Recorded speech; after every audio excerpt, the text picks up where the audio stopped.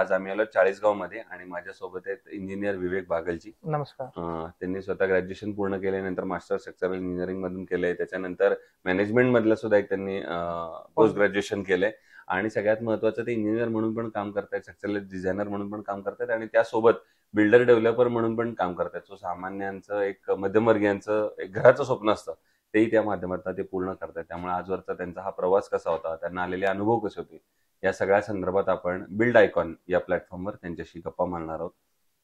गप्पांना आपण इथूनच सुरुवात करूया. ते म्हणजे तुमचा आधी KG to PG असा एक थोडा कसा प्रवास होता, म्हणजे शाळा कुठली होती, कॉलेज कुठलं होतं आणि मग हे पोस्ट ग्रॅज्युएशन पर्यंतचा प्रवास कसा झाला त्या, आणि सगळ्यात एक महत्वाचा पॉईंट सिव्हिल इंजिनिअरिंग या फील्डमध्ये येण्यामागची प्रेरणा कोणाची होती?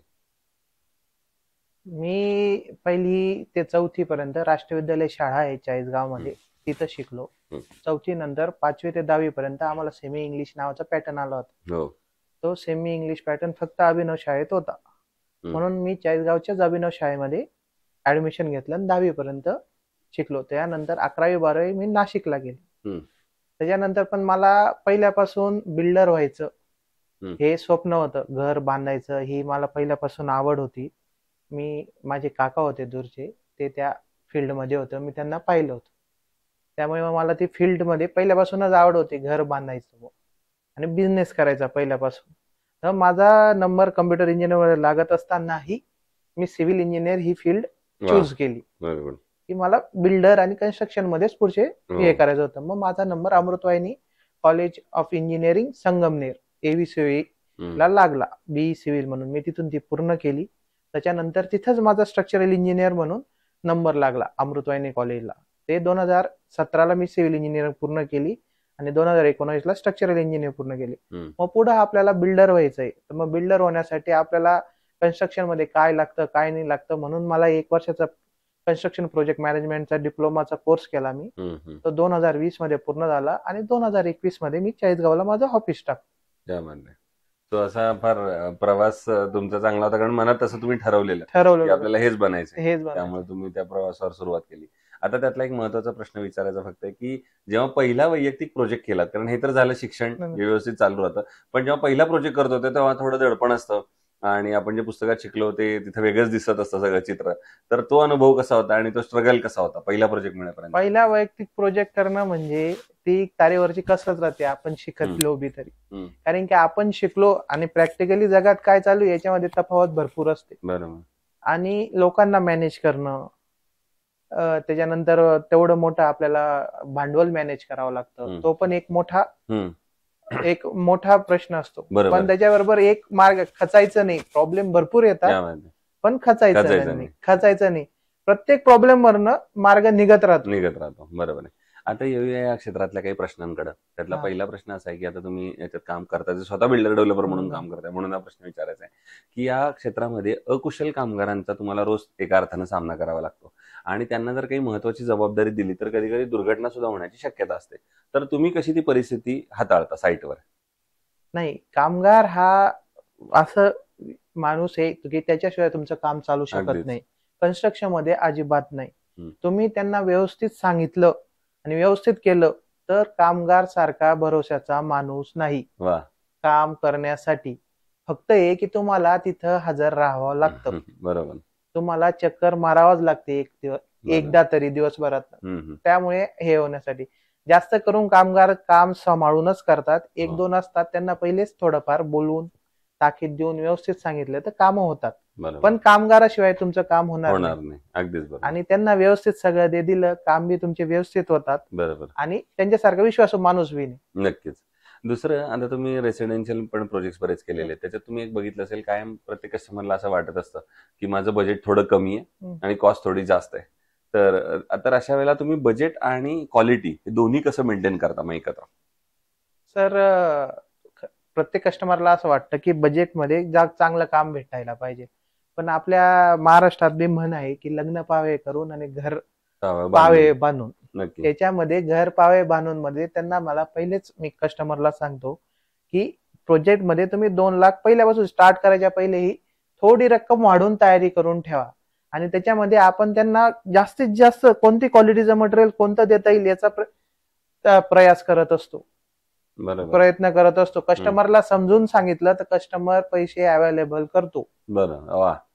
तुम्ही त्यांना समजून सांगितलं की नाही हे तुम्ही मटेरियल वापरलं की तुमच्या घराचं लाईफ 15 ते 20 वर्ष होईल, तुम्हाला मेंटेनन्स कमी येईल, तर कस्टमर हो म्हणतो. त्यांना मेंटेनन्स मध्ये आपण त्यांना टाइम बी देतो. सर 1 महिन्यानंतर द्या, थोडं पैसे लावून द्या, कुठून तरी ऍडजस्ट करून द्या. मग कस्टमर बी ऐकतो आणि ते ऍडजस्ट होत.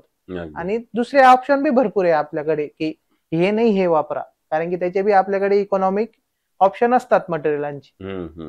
त्यामुळे मग तुम्ही ते बॅलन्स करता. आता एक वेगळा प्रश्न आहे या सगळ्यापेक्षा, तो म्हणजे तुम्ही इथे मूळचे आहात, जसं तुम्ही सांगितलं त्याप्रमाणे, आणि आता इंजिनियर पण आहात. तर येणाऱ्या 15-20 वर्षात जर एक विकासाचं विजन जळगाव जिल्ह्याचं विचारलं तर एक इंजिनियर म्हणून तुम्हाला काय वाटतं, कुठल्या क्षेत्रांवर, कुठल्या सेक्टरवर आता काम करण्याची गरज आहे जळगाव जिल्ह्यामध्ये, तर हा विकास अजून जास्त वेगाने होईल? जळगाव जिल्हा म्हणजे कपाशी आणि केळी डेव्हलपमेंटचा आहे. शेतीवर आपलं डेव्हलपमेंट खूप अवलंबून आहे जळगाव जिल्ह्याचं म्हणायचं म्हटलं तर जळगाव जिल्ह्यामध्ये कपाशीवर प्रोसेसिंग युनिट किंवा केळीवर प्रोसेसिंग युनिट ते आहे. आणि अजून जळगाव जिल्हा हा नाशिक, औरंगाबाद इकडे मोठ्या मोठ्या शहरांना जवळ आहे. बरोबर. मुंबईवरनं बी जवळ आहे. आपल्याला फक्त 5 तास लागतात रेल्वेने जायला म्हणा, औरंगाबादला जायला 2 तास लागतात.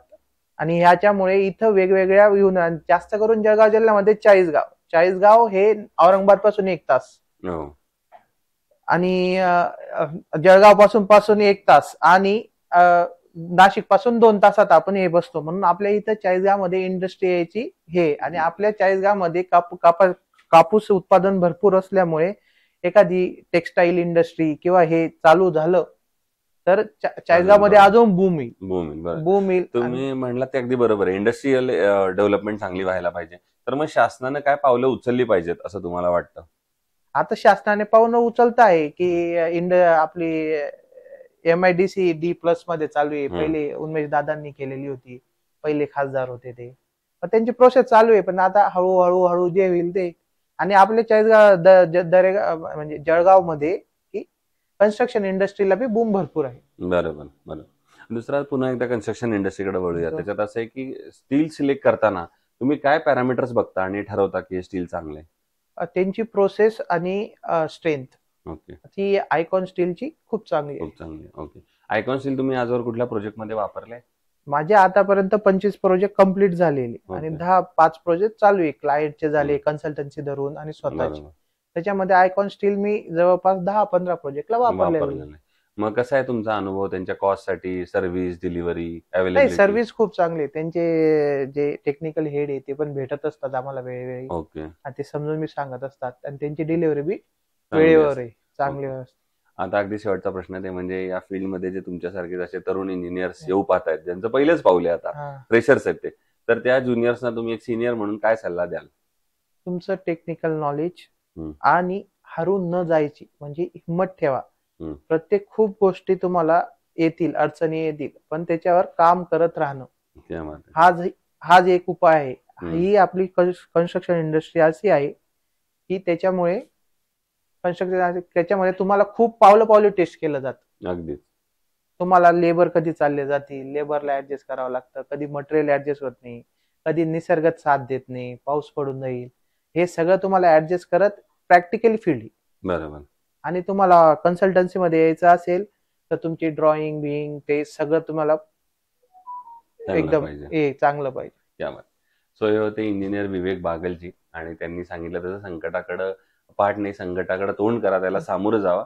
आणि ती जर हिंमत, ताकद तुमच्यात असेल तरच या सिव्हिल इंडस्ट्रीमध्ये या.